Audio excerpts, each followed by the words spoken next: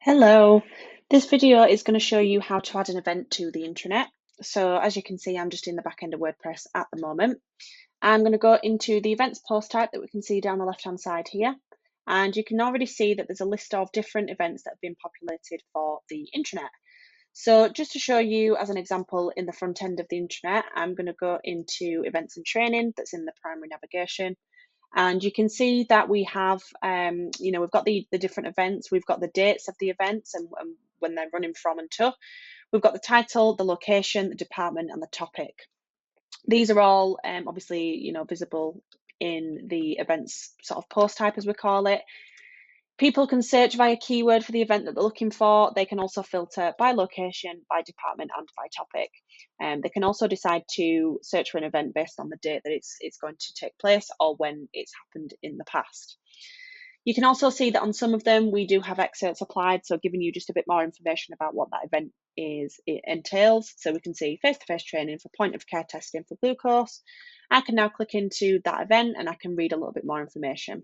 So within that, we can now see that that takes place on the 23rd of July. We've got the title, the excerpt. We also get some more information now, so we can see the time that that takes place. And then we also have some more information within the actual content page itself. We can add this to the Google Calendar or the Office 365 calendar. And then the information that you can add into the event is really good to add the likes of agendas and things like that.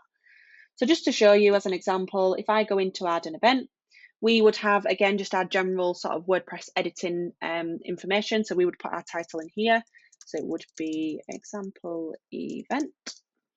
And then I'm going to just put some dummy text in here. So I'm actually just going to pull this over, again, just to show you how that would pull through.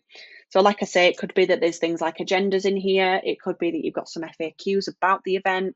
Again, just incorporating some of your other blocks. So you could use an expander block to add to your FAQs in there if you wanted to. Little things like if we wanted to change this to, if I put expander and I'm going to put location as my title of that, and then I'm just going to put this information in there. So what that'll do is that'll just then be able to sort of open and close for people to find out more information. So now that you've actually added the content to the event, you want to then implement this bit of information. So we want to add a start date. The start date is mandatory, the end date is not. So if, for example, it's just a 1 day thing or an hour event or course or something like that, you can just add the start date. You don't need to add the event date at the end date. So I'm going to put that the start date for this is the 28th of July. And I'm actually going to say that it runs till the 29th of July. The start time we need to add as well, that's mandatory. So we're going to say that that starts at 9 and then that's going to end the next day at 5 p.m. The start time and end time are both mandatory, so you would always need to add an end time to that as well. So if it runs for an hour, it runs for an hour. If it runs all day, you just need to make sure that you put that in there. You can then add a booking URL. So this could be, whether this is to Eventbrite or anything like that, include a URL to a booking page for this event. So if it's to Eventbrite, if it's something else internal that you've got for people to book onto to courses and things like that, you would just pop that event in there. And then also a join URL. So this is the likes of Teams. So if the event's running online on Teams, you can add that in there as well. So these aren't mandatory. You don't have to have these, but you do have the option there if need be. So just going into the events settings, again, if we just scroll down, we can then assign these to specific departments and also locations. So if we scroll through these and we find that our location is not available, we can just click add new location, type that in, click add new, and that's going to be available for new and existing events. Same with departments, it would work in the same way. So if you don't find it on here, you can add that. Similarly with topics as well, so if I scroll down, we've got all these different topics. It works in exactly the same way as you can add a new topic, click add new, that's then going to be available for everybody else. You can then add an excerpt into your event as well, so as we saw on that previous screen. So if we just to put face-to-face example training course, I can then say that I'm happy to publish that. So I'm going to go in and publish. And then I'm going to go back to events and training, and what we should find is it's based off of date.